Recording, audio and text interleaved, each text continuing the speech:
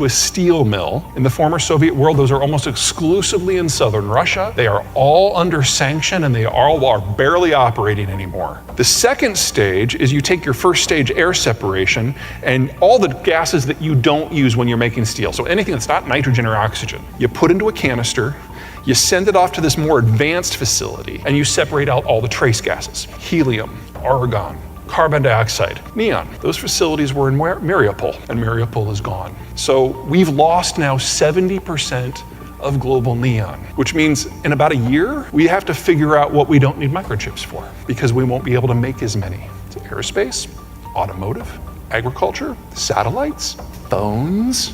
We don't know. Oh, it gets better, because not everyone can make all microchips. We and the Taiwanese and the Japanese and the Koreans, we make the really high-end ones and the medium quality ones. But the bargain basement ones, the ones that are like in your smart pen, those all come from China. Guess where the other 30% of global neon comes from? China. So the one type of chip I would argue that we can get just fine without, maybe the only ones that we're gonna have. And the technical economic term for a situation like this, where you've got a disconnect between supply and demand because of security reasons, it's roughly fuck. Okay, the brown.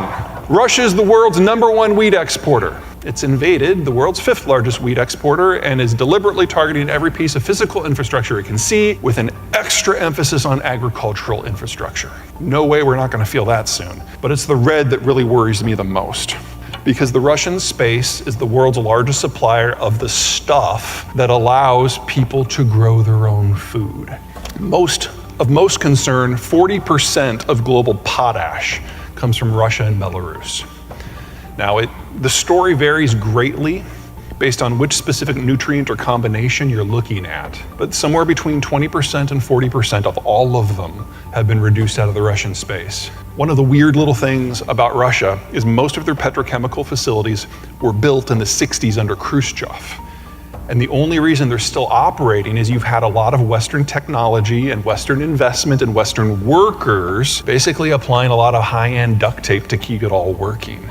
And they are now all gone. And we are already seeing industrial accidents in Russian industry that are so big, not that we can see them from orbit, we can detect them from orbit. What we're looking at here is a pipeline map. Specifically, we are looking at the green pipes. Those are the oil pipes, and the 2 arrows are pointing at a pair of ports, one on the Baltic Sea in the north, that is Primorsk, and one on the Black Sea in the south, that's Novorossiysk. And the reason that these really matter is insurance. And I can just see everybody like, you cannot have a vessel go into a port, out of a port, or go through a constrained waterway like, say, Suez without an insurance policy.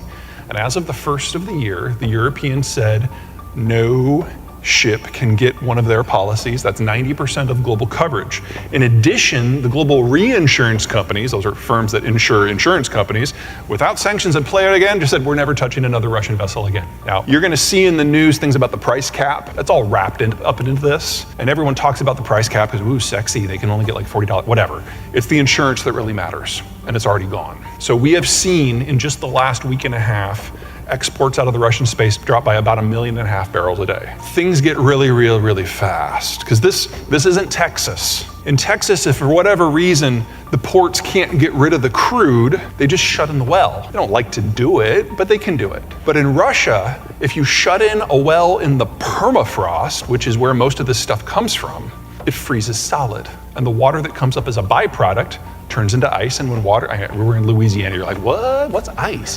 When water freezes into ice, it expands and it pops the pipe from the inside.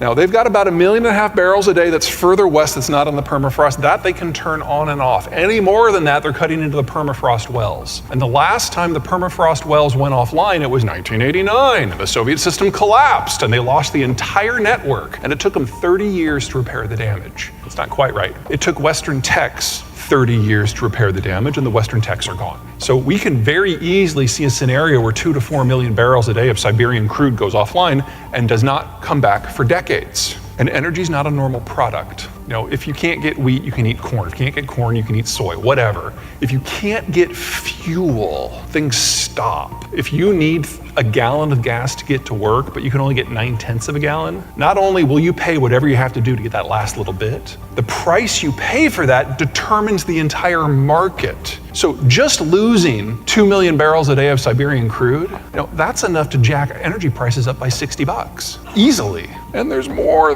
where that came from. So remember, green's oil, right? We're now looking at the reds. The reds are natural gas. We're gonna start with that blue line. That blue arrow at the top. That's the noun failure. That's the Nord Stream pipeline. It's not the marginal supplier for the Germans. It's their primary. It's 40% of the total. So a 2% change in supplies can generate a 50% change in price. This is 40% of their total demand. And back in September, somebody blew it up. It's gone. It's not coming back. Can't be repaired because there's now water corroding it from the inside. It's been too long. Americans talk a good game when it comes to paranoia about energy security. We're like, oh my God, energy independence, we gotta get it. We really don't care. We bring in energy from Canada or Mexico or Saudi Arabia, and we don't think anyone is really watching all that closely. We'll happily take a bunch from Venezuela. You can't do that in Germany. Precision manufacturing in a tough neighborhood. And not only do they bring in the natural gas to generate power, that's not its primary use. Its primary use is for petrochemicals. And those petrochemicals are not exported. No. They're kept in-house to be processed into regular manufactured goods. It's the base of the entire system. And it's stopped. Now they have replaced that 40% with 7 different marginal suppliers. And so prices are 6 and 7 times, as a rule, of what they were before the war. Now, if you've been following the news there recently, they're having a freakish heat wave in Germany too. It hit 50 degrees on New Year's in Berlin, which is like 185 billion degrees above normal. And so they're not using a lot of natural gas right now, and prices are really under control. But that's what it took. They shut down their industrial usage of the stuff. They halved their electricity generation, and it took a freak heat wave for them to get things back under control. And in order to do that, they only had to pay 7 times market price for the natural gas. Can you imagine what happens with a cold snap? And they're never gonna refill with Russian natural gas again. They can't. Oh, and it'll get worse because those red arrows, that's the backup plan. Pipes that go through the conflict zone in an artillery war. Folks, if you want a Beamer, buy it now. This is the last model. Should probably get 10 years of parts too. But we're looking at the end of the German manufacturing system in less than 2 years. The closest natural gas to Germany that's not Russian is in Nigeria. That's a 15-year program at least to get it online in there.